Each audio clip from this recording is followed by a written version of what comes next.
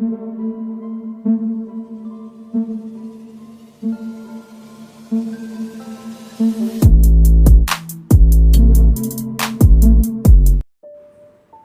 दोस्तों, scary story official में आप सबका स्वागत है।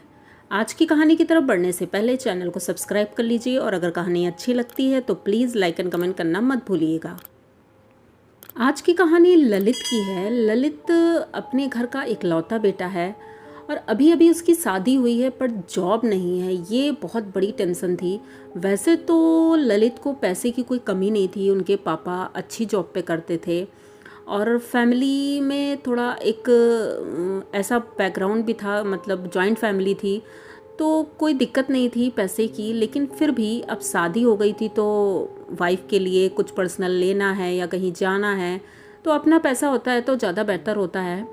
यही सोच करके ललित ने अब जॉब ढूंढना शुरू कर दिया था और कोई उसे अच्छी जॉब मिल नहीं रही थी जल्दी में। तो उसने अपने एक दोस्त से बात की। उसने कहा कोई भी जॉब हो तुम मुझे जॉब दिला दो। तो उसने कहा देखो, एक हॉस्पिटल है उसमें एक जॉब तो है, पर देख लेना अगर तुम्हें ठीक लगता है तब तो करो, वरना कोई ज़बरदस्ती नहीं है। मैं भी उसी हॉस्पिटल में जॉब करता हूँ लेकिन मैं दूसरी ब्रांच में हूँ और जो दूसरी ब्रांच है उसमें एक जगह खाली है, कल जाकर दोपहर में बात कर लेना। तो ललित कहता हाँ हाँ ठीक है, मैं बात कर लूँगा।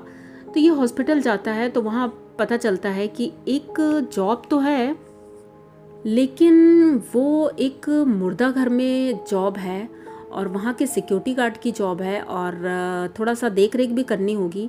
पैसे तो अच्छे खासे थे लेकिन उनसे ये बोला गया कि अगर आप स्ट्रांग हैं, अगर आप डरते नहीं हैं तभी आप जॉब कर सकते हैं, वरना अगर कोई प्रॉब्लम होती है तो आप शिकायत नहीं कर सकते हो।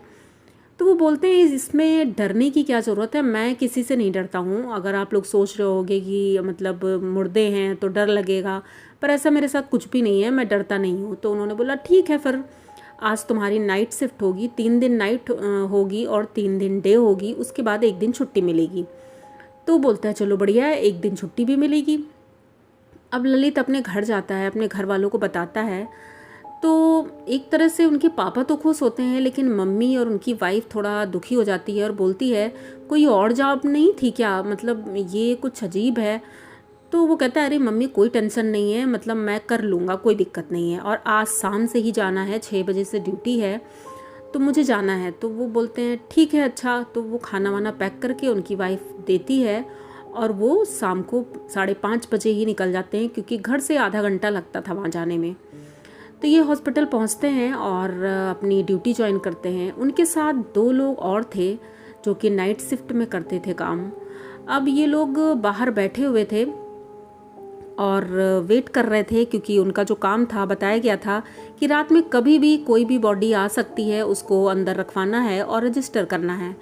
तो वो बोलते चलो ठीक है कोई बात नहीं, ये तो हम लोग कर ही लेंगे। और बातें करते रहते हैं। बाहर 3 कुर्सियाँ पड़ी थी, उन्हीं कुर्सियों में तीनों लोग बैठे थे, बातें कर रहे थे। और एक बाहर जो सिक्योरिटी गार्ड था वो चाय लेकर आया था तो ये लोग चाय पी रहे थे। अभी चाय ख़त्म ही नहीं हुई थी तभी ललित को अंदर से किसी की परछाई दिखती है दरवाजे के नीचे से।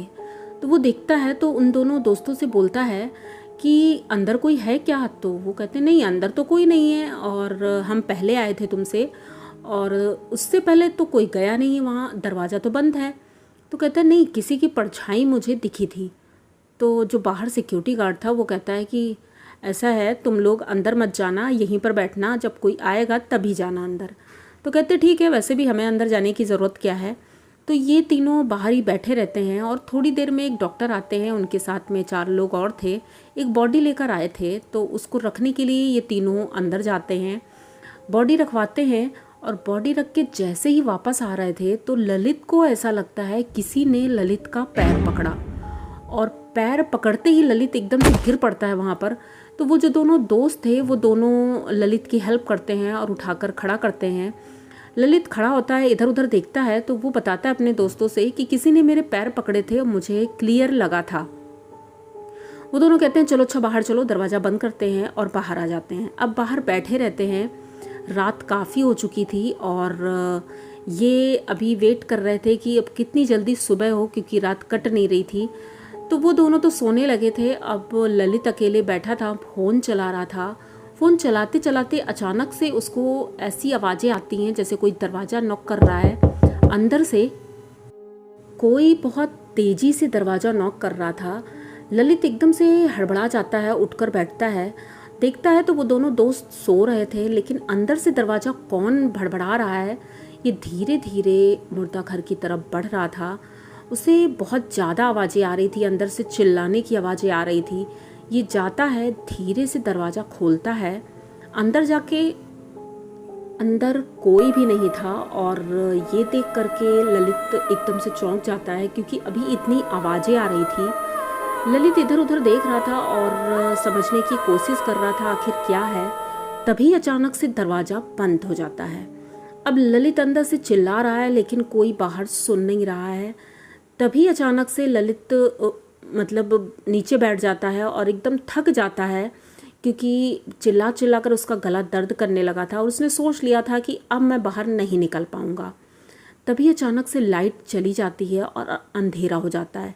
ऐसा नहीं होता है, वैसे भी मुर्दा घर में कभी लाइट नहीं जाती है, लेकिन आज पता नहीं कैसे लाइट चली गई और एकदम अंधेरा था। ललित को अब डर लग रहा था बहुत ज़्यादा। वो अपने आप को बचाने की कोशिश कर रहा था और हाथ इधर उधर मार रहा था। तो जब हाथ इधर उधर मार रहा था तो उसे कई लोगों के शरीर टच हो रहे थे। ऐसा लग रहा था रूम में इतनी भीड़ है, और ये देख करके मतलब अंधेरे में ही वो बहुत ज़्यादा डर गया था। चीखने की कोशिश कर रहा था लेकिन गले से आवाज़ नहीं निकल रही थी, जैसे गला किसी ने पकड़ रखा है।